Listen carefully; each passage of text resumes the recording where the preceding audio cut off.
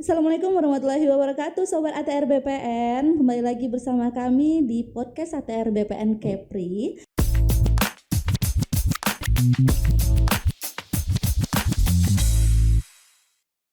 Bersama dengan saya Dwi Ristanti. Dan jangan lupa subscribe, like, comment, and share link channel YouTube kami di Kanwil BPN Kepri. Dan juga follow semua akun media sosial kami di IG dan akun media sosial lainnya. Nah, pada hari ini kita kedatangan tamu spesial nih dari Kota Tanjung Pinang, Bapak Kepala Kantor Kota Tanjung Pinang, yaitu Bapak Yudi Hermawan, SST MHQRMP. Selamat datang Bapak. Terima kasih Mbak. Ya Bapak, apa kabarnya Bapak? Berkenan bergabung di podcast ATR BPN Kepri. Alhamdulillah kabar baik pada hari ini. Terima kasih. Alhamdulillah ya Bapak ya. Nah kita lanjut nih Pak. Untuk pembahasan kita hari ini kan Pak, sekarang lagi banyak nih Pak maraknya kasus-kasus yang beredar nih Pak di sosial media yang sedang viral, seperti contohnya mafia tanah nih Pak. Kasus-kasus mafia tanah itu di Kepri sendiri kan banyak tuh Pak kasusnya. Sejauh mana nih Pak praktik mafia tanah itu sendiri dalam perhatian kantor kita ini Pak? Terima kasih Mbak. Sebelum kita cerita mafia tanah, saya cerita awalnya dulu deh. Iya Pak. Di pertanahan itu serunya itu kita belajar filosofi tanahnya dulu sebelum kita masuk mengenai aturan ataupun hak dan kewajiban dari tanahnya. Jadi saya sedikit cerita mengenai filosofi tanah. Kami sampaikan bahwa filosofi tanah itu di Indonesia, saya cerita secara umum. Iya Pak. Tanah itu melambangkan kerendahan hati. Sumber kehidupan, identitas sakral. Nah, di sini juga tanah itu, karena di Indonesia ini menganut hukum adat. Iya Pak, benar Pak. Jadi tanah itu dianggap sebagai ibu. Benar. Di Papua juga menyampaikan seperti itu. Di Jawa yang di sentral, kemudian ada di Banten sama. Dan di Sumatera itu, Sumatera Barat juga lebih kental lagi hukum adatnya mengenai tanah. Benar Pak. Tanah itu yang dianggap sebagai itu, ibu itu, ibu itu adalah orang yang melahirkan kita. Iya. Yang menyusui kita, dalam artian nutrisi yang kita peroleh itu dari tanah. Benar Pak. Dan juga tanah itu tempat berpulangnya kita. Sebagai makhluk hidup, tidak hanya manusia, hewan juga tumbuhan. Kemudian juga tanah itu dianggap sebagai akar kerendahan hati. Jadi ada bahasa Jawanya itu manungso asale saka lemah. Nah di sini yang perlu kita sikapi dari filosofi ini. Tanah itu mengajarkan manusia itu berasal dari tanah dan akan kembali ke tanah. Benar Pak. Sehingga tidak sepantasnya lah kita menyombongkan diri. Iya. Kalau satu kunci ini dipegang, alangkah damainya hidup ini. Benar. Kemudian selanjutnya, tanah itu juga sumber kehidupan dan rezeki. Tanah itu menyediakan pangan, kemudian mendukung keberlangsungan hidup dari manusia itu sendiri. Dan yang paling utama, tanah adalah simbol persatuan. Dari tanah inilah Indonesia itu bisa dianggap lebih beradab. Iya Pak. Karena mulai dari Sumatera, dari Aceh sampai ke Papua, persatuannya itu tidak hanya persatuan manusianya, tapi itu adalah persatuan tanah air. Itu merupakan filosofi dasar. Kemudian tanah juga merupakan tempat berlindung. Entitas tanah itu menyediakan papan yang dibangun tempat manusia ataupun makhluk hidup lainnya untuk bertempat tinggal. Iya, benar Pak. Kita masuk ke dalam aturan. Tanah menurut UUPA itu adalah permukaan bumi yang merupakan daratan maupun di bawah air yang dapat dilekati hak. Kita masuk nih agak ke intinya. Iya benar Pak. Apa yang dimaksud dengan tanah hak? Mm-mm. UU PA mengatur di situ pada pasal 16 bahwa hak-hak yang diatur oleh UPA itu ada hak milik, hak guna bangunan, kemudian ada hak guna usaha, ada hak pakai. Itulah yang diatur oleh kita nih, instansinya di Kementerian ATR BPN. Nah, kemudian sudah menceritakan tentang hak, kita tanya lagi nih, bagaimana sih cara memperoleh tanahnya untuk mendapatkan hak? Perlu kita ketahui, pada umumnya memperoleh tanah itu dapat dilakukan satu, jual beli. Benar. Kemudian hibah. Ada waris. Kemudian yang tidak ada di Kepri, ini di daerah Kalimantan atau di Papua, tanah yang masih luas-luas itu, yaitu mengolah tanah negara. Tanah negara bebas yang belum dikuasai oleh siapapun, bukan kawasan hutan, ini boleh diolah dengan persetujuan dari Kementerian ATR BPN. Nah, itu cara memperoleh tanah. Cara memperoleh tanahnya seperti itu ya Pak ya? Nah, sehingga masyarakat bisa mendapatkan tanah, ya jalannya 4 tadi. Iya. Baru namanya memperoleh dengan yang benar. Benar. Tidak memperoleh dengan cara yang salah. Oke. Kemudian setelah diperoleh tanah, si pemilik tanah itu mempunyai kewajiban terhadap tanahnya. Iya. Yang pertama diatur dalam UU PA pasal 17. Pemilik tanah itu wajib memasang tanda batas. Benar. Di BPN juga berulang-ulang kita sampaikan, kita sosialisasikan kepada masyarakat kewajiban pemilik tanah untuk memasang tanda batas. Ya. Dilakukan secara bersama-sama dengan tetangga batasnya atau sempadan batas bidang tanahnya untuk memenuhi azas kontradiktur delimitasi. Ya. Adanya persetujuan dari pihak sebelah batas tanah sehingga batas yang ditunjukkan itu ke depan tidak terjadi sengketa. Nah, itu tujuan kita di BPN.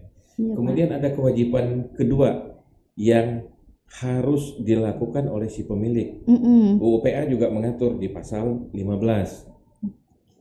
Pemilik bidang tanah wajib hukumnya untuk memelihara tanahnya, iya, Pak, menjaga kesuburan tanahnya, mencegah kerusakan tanahnya sehingga tanah itu lebih mempunyai nilai atau produktif. Kita masuk ke pertanyaan Mbaknya tadi. Iya. Tentang mafia tanah ya Pak ya? Tentang mafia tanah. Apa sih mafia tanah itu? Iya. Mafia tanah itu adalah tindak pidana yang dilakukan bisa oleh individu, bisa secara berkelompok, bisa dilakukan oleh badan hukum, ada mens reanya, ada indikatornya, yaitu terencana. Berarti mereka itu niat dari awalnya kalau yang namanya mafia. Kemudian ya, terstruktur, kerjanya itu memang teratur gitu loh, dari A sampai Z mereka itu clear mengatur siapa orangnya. Jadi dalam itu berperannya sebagai apa, kemudian hasilnya seperti apa. Nah, itu yang mereka lakukan oleh mafia tanah yang ada di kita. Dan terorganisir, mereka ini benar-benar terorganisir, Mbak. Karena mafia tanah itu tidak bisa berdiri sendiri. Benar. Mereka tetap dengan kelompok-kelompok yang bisa kita bilang mereka ini termasuk kaum elit. Karena mereka panjang akalnya. Banyak Pak ya? Iya. Dan kita di kantor itu selalu kalah satu langkah dari yang namanya mafia tanah. Ini yang perlu kita antisipasi ke depannya. Kemudian pola jaringan dari mafia tanah itu di dalamnya itu walaupun yang namanya sudah saya sebutkan tadi ada terencana, terstruktur, terorganisasi, di dalamnya itu ada oknum aparat. Penyelenggara negara, ada oknumnya BPN sendiri, ada oknum BPAT, dan oknum-oknum lain sebagainya yang mempunyai peran-peran masing-masing. Ada kades, ada lurah, ada camat, oknum-oknum yang bermain di dalam itu. Karena terstruktur itu tadi Pak ya. Ya, itu betul-betul memang niat kalau bahasa kami di tim anti Satgas Mafia Tanah. Seperti itu. Kenapa bisa terjadi mafia tanah ini timbul? Nah, di sini ada tanda kutip. Sepanjang tanah itu sudah mempunyai nilai ekonomi, mafia tanah akan masuk. Tapi apabila tanah itu belum mempunyai nilai ekonomi, mafia tanah tidak akan ada di sana. Tanah itu akan tetap aman. Karena yang dikejar di sini adalah sisi ekonomi, orientednya ekonomi. Karena yang dikejar mereka pada saat mereka sudah menipu, mereka mengharapkan pemasukan dari hasil penipuan mereka itu. Iya Pak, benar tuh Pak. Nah, kita masuk nih unsur pidananya mafia tanah itu seperti apa? Mafia tanah ini bekerja itu yang paling umum pertama itu pemalsuan surat, memalsukan alasa. Itu banyak tuh Pak ya kasusnya. Itu paling Pak, ya? banyak. Ada alasa tapi tidak terregister di kantor desa, di kantor lurah. Kadang ada juga yang tidak tanda tangan tuh Pak. Ya. Tiba-tiba. Nah, itu kejadiannya seperti itu. Kemudian memasukkan keterangan palsu. Jadi dibuatlah pola. Maka yang namanya terencana tadi ada perannya masing-masing. Ada peran desa Mbaknya seolah-olah waris dari pemilik tanah. Iya Pak. Saya yang garapin, mbaknya setuju. Kemudian ada emasnya dari RT. Nah, kita kong kali kong nih kerjasama menyatakan bahwa tanah itu benar Mbak peroleh dari warisan. Saya yang mengerjakan di lapangan, menggarapnya. Udah nampak fisiknya. Nah, emasnya nanti yang menyelesaikan secara persuratan, sehingga bisa dianggap legal. Nah, jadi perputaran ini semua dianggap seolah-olah itu secara formil itu clear. Padahal tidak ya Pak ya? Padahal tidak. Nah, mereka, makanya saya bilang mereka selalu lebih selangkah daripada kita di BPN. Banyak akalnya Pak ya? Akalnya panjang. Akalnya panjang. Iya, kita kalah akal sama mereka. Iya. Nah, kemudian juga ada unsur penyalahgunaan wewenang. Di sini bahasanya itu sengaja, oknum. Oknum yang sengaja mengikutkan dirinya di dalam kelompok mafia tanah dikarenakan jabatannya. Kita contohkan ada oknum lurah, oknum kades di 2020 yang pernah kita tangkap di Bintan. Ada itu Pak kasusnya Pak itu. Itu kasusnya kita bongkar satu set mulai dari mantan kades, ada RW, ada RT, mantan RW, mantan RT. Iya. Itu kita semuanya Pak, eksekusi Pak, ya? Semuanya pada saat itu. Nah, disitulah yang dianggap kita sampaikan menyalahgunakan kewenangannya. Nah, kemudian juga ada tindak pidana pencucian uang. Ini lebih elit lagi. Jadi mereka itu sengaja oknum-oknum yang sudah bermain sama korupsi, kemudian membeli tanah, juga membeli tanah ini dengan cara yang tidak benar. Iya Pak. Nah, ini salah satu unsur yang lagi trendy juga saat ini yang sedang dimanfaatkan oleh mafia tanah. Yang terakhir, ini yang terjadi di Kepri. Mulai dari Natuna sampai Lingga. Iya Pak. Itu adalah penyerobotan tanah. Oh iya, itu banyak banget tuh Pak, penyerobotan tanah tuh Pak. Penyerobotan tanah ini juga bagian dari mafia tanah. Benar. Karena mereka tidak berdiri sendiri, tapi mereka rame-rame. Kenapa ini bisa terjadi? Ini yang akan kita kupas nanti pelan-pelan. Iya. Yang pertama itu timbulnya karena pemilik tanah tidak menjalankan kewajiban yang saya sampaikan tadi. Batasnya tidak dipasang, tanahnya tidak dipelihara, sempadan juga nggak ada, sempadannya juga tidak jelas, dan tanahnya itu tidak pernah dilihat ataupun hanya sekali-sekali dilihat oleh si pemilik. Iya, kadang tanahnya. Mereka beli aja Pak, belinya di situ, tinggalnya di mana, jadinya nggak bisa datang ke situ, ya kan Pak ya. Jadi karena kekosongan lama dilihat para mafia tanah, letak tanahnya strategis, mempunyai nilai sisi ekonomi yang tinggi. namun tidak dimanfaatkan. Nah, ini yang selalu dicoba. Ini di Kepri kejadiannya sangat-sangat masif ini. Dicobalah sama mereka untuk berkebun, menanam ubi, dicoba jagung lah, segala macam tanaman-tanaman yang sifatnya ringan, Iya Pak. sayur mayur.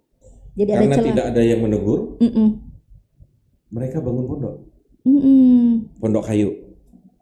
Begitu dibangun pondok, tidak juga ada yang menegur, mereka akan nanam pohon tahunan. Benar. Kelapa, mangga, durian. Segala macam. Dan rumahnya naik dari rumah kayu jadi semi permanen. Iya. Berjalan ini 10 tahun, 20 tahun. udah bisa berkoar mereka. Itu tanah mereka gitu ya Pak ya. Kami adalah penggarap yang baik. Hati-hati. Saya selalu juga rekan-rekan di kantor pertanahan Kota Tanjung Pinang itu selalu mengimbau kepada masyarakat, tidak ada namanya penggarap yang baik. Benar. Niat penggarap yang baik itu kalau benar-benar mereka penggarap yang baik, mereka akan menghubungi si pemilik tanah, menyampaikan bahwa tanah itu akan dimanfaatkan oleh mereka. Iya. Tidak dikelola ataupun ditanamin diam-diam, yang bahasa hukumnya itu adalah penyerobotan. Nah, ini yang benar-benar terjadi marak di Kepri. Dan di Tanjung Pinang juga sangat banyak. Kita pernah lakukan persuasif, dilakukan mediasi, tapi mereka tidak terima. Karena menganggapnya itu tanah mereka, ya Pak ya. Karena udah dikelola 10 tahun, 15 tahun, 20 tahun, mereka anggap sudah benar penggarap yang baik. Nah, itu yang saya sampaikan tadi, hati-hati dengan bahasa penggarap yang baik. Iya. Saya sampaikan kepada mereka, seandainya Bapak Ibu yang punya tanah, Bapak Ibu pindah tugas ke kota lain, saya yang menggarap tanah Bapak Ibu, udah sertifikat nih, jangan kita anggap alasan, udah sertifikat deh. Tiba-tiba Bapak Ibu balik, tanah Bapak Ibu udah jadi rumah saya, ada kebunnya, atau bahkan lebih fatalnya lagi, udah saya terbitin sertifikat. Nah, itu yang parah tuh Pak ya. Bagaimana perasaan Bapak yang punya sertifikat? Saya balikin ke kalian deh. Nah, ini yang perlu terus-menerus Mbak, terus-menerus kita edukasi masyarakat. Supaya masyarakat lebih aware lagi ya Pak ya, benar. Tentang tanahnya itu. Betul. Gitu kan, kalau bisa dilihat-lihat. Ya Pak ya. Itu yang ini deh.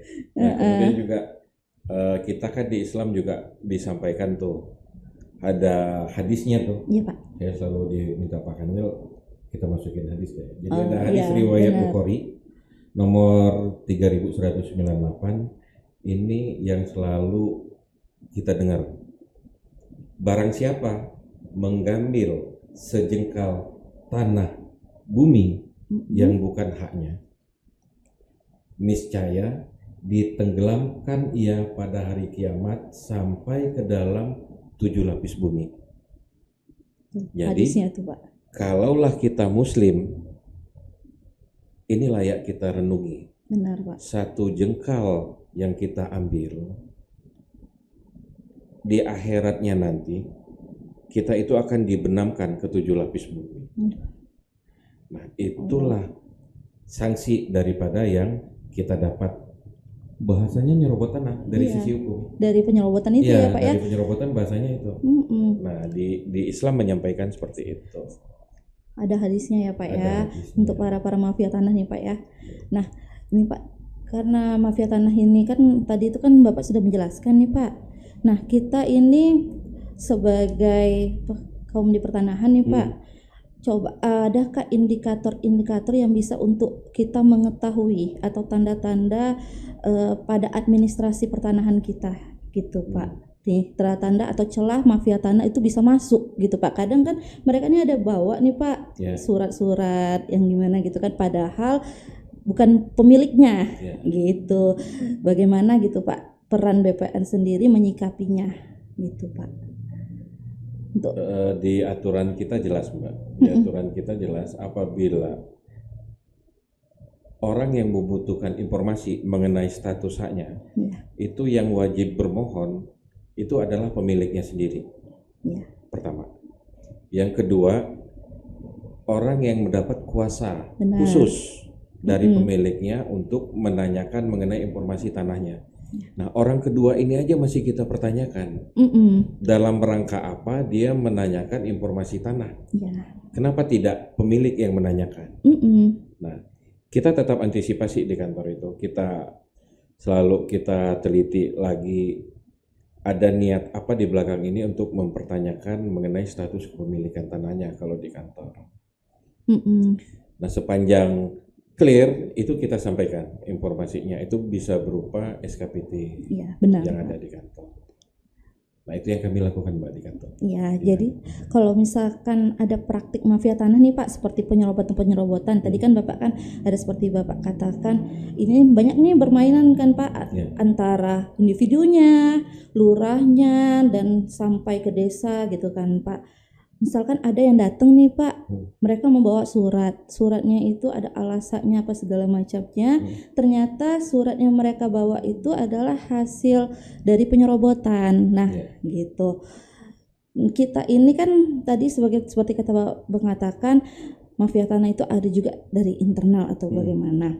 Nah, bagaimana cara kita atau cara BPN bersama dengan penegak hukum bisa mengantisipasi atau ada kebijakan gitu Pak, kebijakan untuk mencegah hal itu terjadi gitu Pak, agar masyarakat ini bisa lebih paham lagi gitu Pak.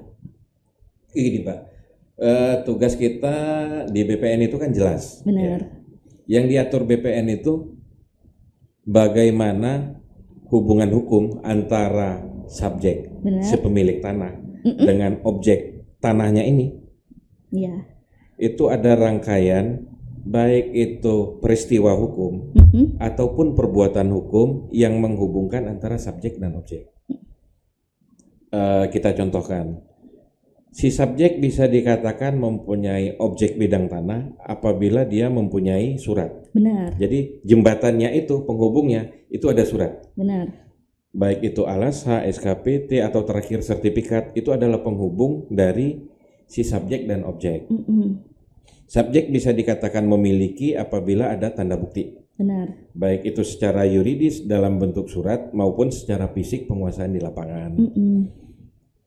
Secara yuridis untuk memperjelasnya lagi, jika itu ALASH, kalau masyarakat yang mendaftarkan di kantor pertanahan, kita itu kan selalu berkolaborasi dengan lurah. Benar. Terkait di tempat dari RT, RW, lurah.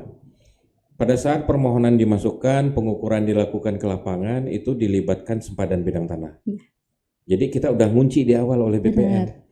Kalau sempadannya menyatakan benar itu tanah dia, RT menyatakan benar itu tanah dia, secara fisik, clear fisiknya, secara yuridis, di lurah itu menyatakan bahwa tanah tersebut terregister. Nah, itu tugas dari panitia A. Sebelum diterbitkan SK di kantor. Apabila clear peristiwa hukum ini, maka tanah tersebut baru bisa dikatakan dikuasai oleh si A, subjeknya. Dan BPN juga baru bisa memproses menyediakan sertifikat apabila dua rangkaian fisik dan yuridis ini terpenuhi. Di lapangan baru kita terbitkan sertifikat. Ini sudah sangat detail dalam rangka mengantisipasi kegiatan-kegiatan yang mencoba tadi untuk memanipulasi baik pemalsuan, keterangan palsu fisik maupun surat yang ada di lapangannya. Ya, berarti BPN sudah sangat itu sekali ya Pak ya. Jadi buat Sobat ATR BPN jangan takut kalau misalkan mau membuat sertifikat digital. Ya Pak ya, apalagi sekarang sudah ada yang namanya sertifikat digital ya Pak ya. Nah, sertifikat digital itu sendiri tuh Pak, apakah masih ada celah tuh Pak untuk mafia tanah gitu Pak? Kalau misalkan kita ini udah punya sertifikat digital gitu Pak. Jadi gini Mbak, secara teori prakteknya selama ini sertifikat elektronik yang dikeluarkan oleh BPN itu belum bisa dibuat pemalsuan oleh mafia tanah. Justru sertifikat elektronik inilah yang ditakutkan oleh para mafia tanah. Karena sertifikat elektronik ini selain prosedurnya seperti yang di awal kita sampaikan, dalam tahap untuk keamanannya itu lebih safety daripada sertifikat analog. Karena apa? Karena di sertifikat elektronik itu banyak kode-kode unik yang hanya diketahui oleh pemilik. Dan hanya si pemilik juga yang bisa memeriksa sertifikatnya itu baik secara tekstual maupun spasial itu hanya dengan menggunakan aplikasi Sentuh Tanahku. Nah, intinya di sertifikat elektronik itu adalah aplikasi yang dimanfaatkan oleh si pemilik. Karena di dalam aplikasi Sentuh Tanahku itu kita itu membuat bank data namanya yang diciptakan oleh Pusdatin. Di situ subjek, objek semuanya tertera secara detail, tidak bisa ditiru oleh pihak lain mafia tanah kecuali yang namanya elektronik. Lemahnya itu hanya satu, apabila akunnya aplikasi Sentuh Tanahku sama passwordnya dikasih tahu ke orang lain, maka ini bisa bobol. Pak ya. Kalau safety untuk yang lain itu tidak bisa ditiru, tidak bisa dibuat oleh mafia tanah untuk menduplikasinya. Karena data kita itu benar-benar safety, sangat-sangat safety sertifikat elektronik. Kita hanya mengimbau pemilik sertifikat jangan menyerahkan user sama passwordnya ke orang lain. Ya, benar. Nanti salah gunain gitu. Oke, jadi Sobat BPN jangan pernah memberikan password username-nya ya Pak ya, yang di Sentuh Tanahku ya Pak ya, apalagi barcode-nya ya Pak ya, untuk orang lain ya Pak ya. Nah, pertanyaan terakhir nih sepertinya nih Pak, karena masyarakat ini kan, yang masyarakat awam nih Pak, mereka kan belum tahu nih tentang mafia tanah. Maksudnya Bapak berikan saran Bapak agar masyarakat ini waspada gitu Pak, tidak menjadi korban dari mafia tanah itu Pak. Ada nggak saran Bapak, misalkan mereka harus ngapain gitu Pak? Jadi kita sama-sama menghimbau kepada masyarakat di Kepri pada khususnya, kita terus mengedukasi masyarakat, yaitu bagaimana cara melindungi hak atas tanah mereka. Nah, itu ada beberapa hal kami sampaikan Mbak. Yang pertama itu adalah iklannya BPN nih. Pastikan tanah Anda sudah bersertifikat. Benar. Kita lagi jor-joran seluruh Kepri PTSL. Tanjung Pinang PTSL kami open penlock. Tidak memilih kelurahan, semua kelurahan bisa mendaftar PTSL. Semuanya bisa masuk. Semua bisa masuk. Kita tidak melihat siapa orangnya, siapa kerjanya, semua bisa mendaftar. Sepanjang clear and clean, kita akan menerbitkan sertifikatnya. Itu intinya. Kalau sudah bersertifikat, pastikan juga sertifikatnya ya tadi itu jadikan elektronik. Karena kalau sertifikat lama juga kita balik lagi nih mengimbau masyarakat yang memiliki sertifikat, kalau bahasa saya sih di bawah tahun 2000. Silakan datang ke kantor. Benar. Untuk divalidasi, kami ganti menjadi sertifikat elektronik untuk lebih aman. Karena digitalisasi lebih aman ya Pak ya. Jangan disimpan sertifikat yang lama. Karena ada kendalanya. Benar. Sertifikat yang lama itu belum terpetakan di peta pendaftaran kita. Nah, ini juga yang akan jadi masalah ke depan. Kalau ini belum diubah menjadi alih media sertifikat elektronik itu. Nah, terus yang kedua ya jaga keamanan dokumennya. Baik itu mau alasa mau sertifikat. Kita himbau deh, moga-moga semua bisa sertifikat. Karena Tanjung Pinang saat ini sudah 85% tanah yang bersertifikat. Sisanya nggak banyak lagi. Ini udah dalam jalan, paling tinggal 9%-an lagi. Tanjung Pinang udah clear, semua bersertifikat. Nyimpan dokumennya itu hati-hati. Jangan dititip ke siapapun.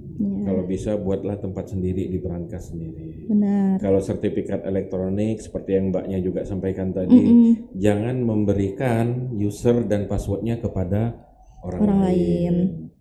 Password user. Nah, itu harus dijaga. Patok juga ya Pak ya? Ya, patoknya dipasang. Karena kan banyak tuh Pak, patok-patoknya udah hilang gitu kan Pak, yang lama-lama tuh kan Pak. Patok itu wajib kita pasang. Memelihara kesuburan tanah juga wajib. Kalau tanah itu dimanfaatkan oleh orang lain, apakah itu jelek? Tidak, bagus. Tanahnya bermanfaat, tapi dibuat gitu loh, ada tata cara, seperti ada perjanjian untuk menanam atau sewa menyewa dengan jangka waktu, sehingga si pemilik tanah tetap aman. Jangan hanya berdasarkan kepercayaan teman, nanti mereka menggarap, dipercayain boleh pakai aja tanah saya, si pemilik tanah meninggal, si penggarap meninggal, yang ada ahli waris. Nah, ada ahli waris. Ahli waris penggarap ngaku bapaknya punya. Iya. Ahli waris pemilik ngomongin bapak saya minjemin. Jadilah sengketa. Jadi sengketa. Benar Pak. Nah, ini permasalahan juga yang harus kita antisipasi deh masyarakat. Benar. Apapun, kalau bahasa kita ya di BPN ya. Iya Pak. Apapun kegiatannya, administrasi di depan. Benar. Mau minjam, buat surat. Mau menyerahkan, buat surat. Jadi tertata rapi, ada bukti surat menyuratnya yang formil yang ada gitu. Jangan hanya sebatas lisan. Budaya Melayu, kita tidak menyalahkan. Nenek moyang kita itu kalau ngomong itu pakai hati. Benar. Tidak pernah seuzon. Zaman udah berbeda Mbak. Iya. Yang hatinya benar-benar bersih itu udah susah kita cari. Benar sekali. Nah, itu yang sangat diantisipasi deh untuk masyarakat. Terus kalau mau beli tanah ya dicek dulu lah kelengkapannya, ya, jelas atau tidaknya ya Pak ya. Kalau alasa silahkan cek register di kantor lurah, terregister tidak suratnya, patoknya ada tidak, sempadannya benar tidak. Kalau itu sertifikat dicek ke BPN, benar tidak sertifikatnya, jangan-jangan sertifikat palsu. Benar. Nah, banyak tuh Pak kasusnya juga tuh Pak. Itu yang dieksekusi tuh sama Kasubag, TU Reja di 2024. Iya. Pemalsuan sertifikat yang terjadi di Kepri.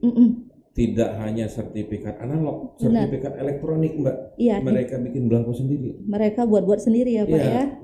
Itu sangat luar biasa itu. Sampai ke aplikasinya ya Pak ya. Bikin aplikasi juga. Nah itu yang saya bilang. Sertifikat elektronik itu sangat susah untuk dijebol. Sangat susah. Itu sudah benar-benar elit dibikin itu. Makanya mereka tidak bisa membobol aplikasi Sentuh Tanahku, mereka buat aplikasi Sentuh Tanahku tandingan. Ya. Di Google, website sendiri. Buat sendiri ya buat Pak ya. Buat sendiri oleh mafia tanah. Tapi dengan kejadian seperti itu udah elit loh Pak. Benar. Udah elit banget itu. Orang awam tidak bakal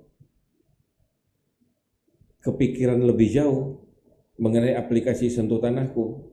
Kita tanya aja deh yang baru megang HP. Benar. Ya kan, yang baru megang HP. Mereka bisa nyampaikan, loh kalau mau scan aja. Iya. Tinggal buka Google. Ada kok di Google gitu ya Pak ya. Buka data versi mereka. Benar. Nah, sementara versi mereka kita nih itu harus benar-benar aplikasi Sentuh Tanahku yang buat ngecek barcode-nya. Kalau tidak bisa. Nah, itu luar biasa. Tim Satgas Anti Mafia Tanah pada saat itu yang diselamatkan kerugian itu hampir 16,8 M. Pak. Luar biasa Pak ya. Yang tertipunya itu ratusan orang. Iya Pak, karena mereka sampai membuat aplikasi menyerupai dengan aplikasi kita yang disentuh tanahku ya Pak ya. Padahal mereka membuatnya sendiri dan mengikuti ya Pak ya. Kasusnya nasional loh Mbak. Kasusnya nasional ya Pak ya. Itu bukan hanya di Kepri. Di DKI ya mungkin rekan-rekan DKI juga belum mau pusing bongkarnya gitu kan. Di Jawa Barat, Jawa Timur, Jawa Tengah, Lampung, Sumsel, saya lihat semua datanya itu. Sulawesi Selatan, semuanya ada sertifikat palsu yang diterbitkan. Timnya Pramuka nih khusus, ada tim khusus yang menerbitkan tim mereka ya Pak ya. Palsu itu.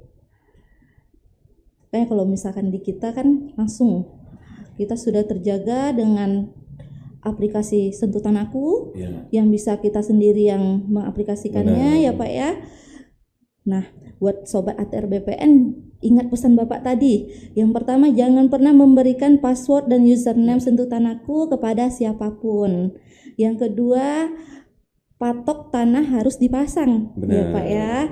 Udah itu juga alasa ataupun hak tanahnya itu juga harus benar ya Pak ya. Tanahnya dimanfaatkan semuanya. Sertifikatnya juga yang belum buat sertifikat lebih bagus dibuatkan sertifikat digitalnya ya Pak ya. Lebih terjamin ya Pak ya, kepastian hukumnya ya Pak ya. Nah, ini kalau misalkan kita berbincang tentang mafia tanah ini sangat banyak banget nih Pak ya. Sangat luas ya Pak ya. Waktu kita sangat singkat. Waktu kita kan sangat singkat. Manalah tahu nanti ada kesempatan lagi Pak untuk kita membahas tentang mafia tanah selanjutnya ya Pak ya. Nah, saya nambahkan sedikit Mbak. Iya Pak. Intinya di tim anti mafia tanah itu adalah sinergi. Benar. Kolaborasi dan juga harmonisasi. BPN tidak berdiri sendiri. Benar. Nah, ini harus masyarakat ingat. Dan juga warning untuk para mafia tanah. BPN tidak berdiri sendiri. Kami tidak sendiri. Ya. Kami itu tim. Benar Pak. Ada kepolisian, ada kejaksaan, ada intelijen. Kami merupakan satu kesatuan yang selalu hari-harinya itu menyorotin kegiatan tim mafia tanah. Benar. Jadi jangan kira kami tidur. Tidak. Kami tidak tidur. Kami selalu mengamati. Kurang-kurangin deh. Iya. Kurang-kurangin deh. Kalau tidak kami action lagi. Jadi kan kita bersama dengan aparat hukum Pak ya. Benar. Sangat supaya agar bisa mencegah mafia tanah itu sendiri ya Pak ya. Jangan sampai ya Pak ya ada lagi kasus-kasus berikutnya ya Pak ya. Nah, Sobat ATR BPN, sepertinya nih kita udah di penghujung waktu nih ya Pak ya. Terima kasih atas kedatangannya Bapak. Sama-sama Mbak. Informasi Bapak sangat bermanfaat untuk kita semua dan untuk para Sobat ATR BPN nih. Sebelumnya saya akan tutup dulu Pak pakai pantun Pak. Burung elang terbang ke awan. Hinggap sebentar di pohon jati. Lawan mafia tanah dengan tindakan agar sertifikat kita aman sejati. Nah, buat mafia tanah juga nih ingat pesan Bapak tadi hadisnya ya Pak ya. Barang siapa yang mengambil satu jengkal tanah akan di lapisan 7 lapisan ya Pak ya. Diimpit 7 lapisan ya Pak ya. 7 lapis bumi. Nah, buat Sobat ATR BPN, itu saja podcast kita hari ini. Terima kasih Bapak Yudi. Sama-sama. Semoga di lain kesempatan bisa hadir lagi ya Pak ya. Dan jangan lupa Sobat ATR BPN tetap like, subscribe, dan komen. Kita punya channel YouTube. Terima kasih semuanya. Assalamualaikum warahmatullahi wabarakatuh.